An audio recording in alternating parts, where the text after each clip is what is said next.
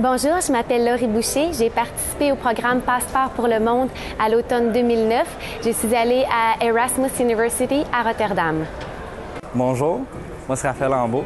J'ai fait un échange en 2009 à la National University of Singapore. Je m'appelle Anka Ivanov, je suis diplômée MBA 2009 et j'ai été en campus international en Californie en juin-juillet de l'année 2009.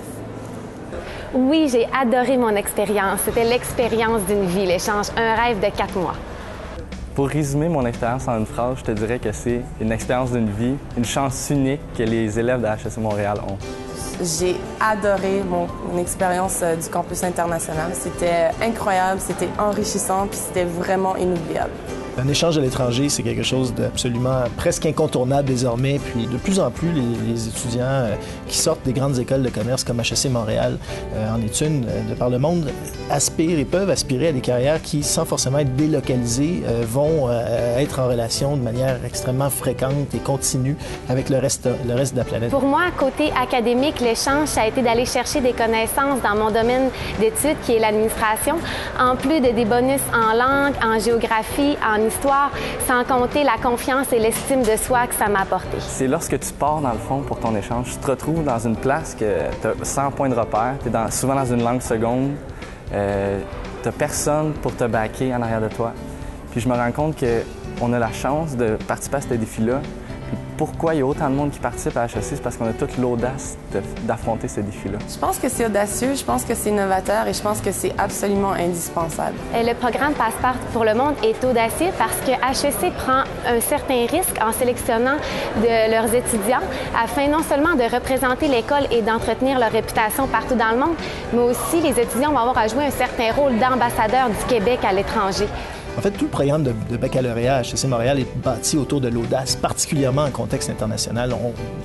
On essaie de former des gestionnaires qui auront l'audace eux-mêmes de sortir de leur zone de confort pour s'expatrier durant quelques mois, d'aller faire un stage à l'étranger, de développer des compétences interculturelles et internationales.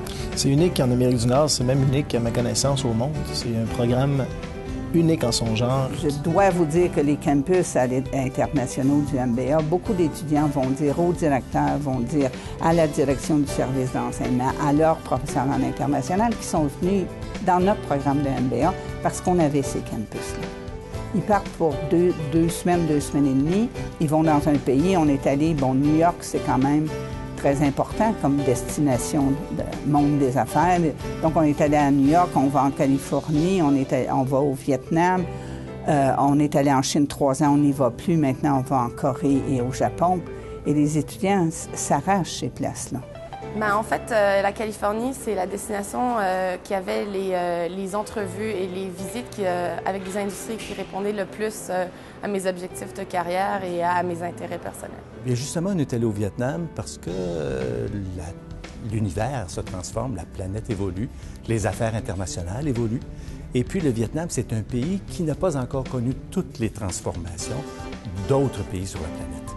Aller au Vietnam, ça voulait dire s'engager à établir des liens d'affaires avec des entreprises de là-bas.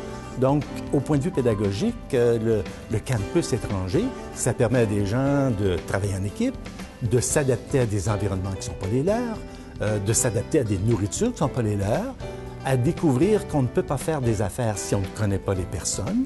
Ça accepte de se plier à des exigences qui sont différentes des nôtres.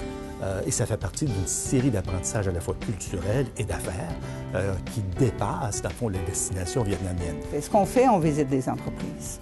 On fait des contacts avec les ambassades, on voit les gens des chambres de commerce du Canada dans ces pays-là. On visite des entreprises chinoises. On en a une, d'ailleurs, qui est très traditionnelle.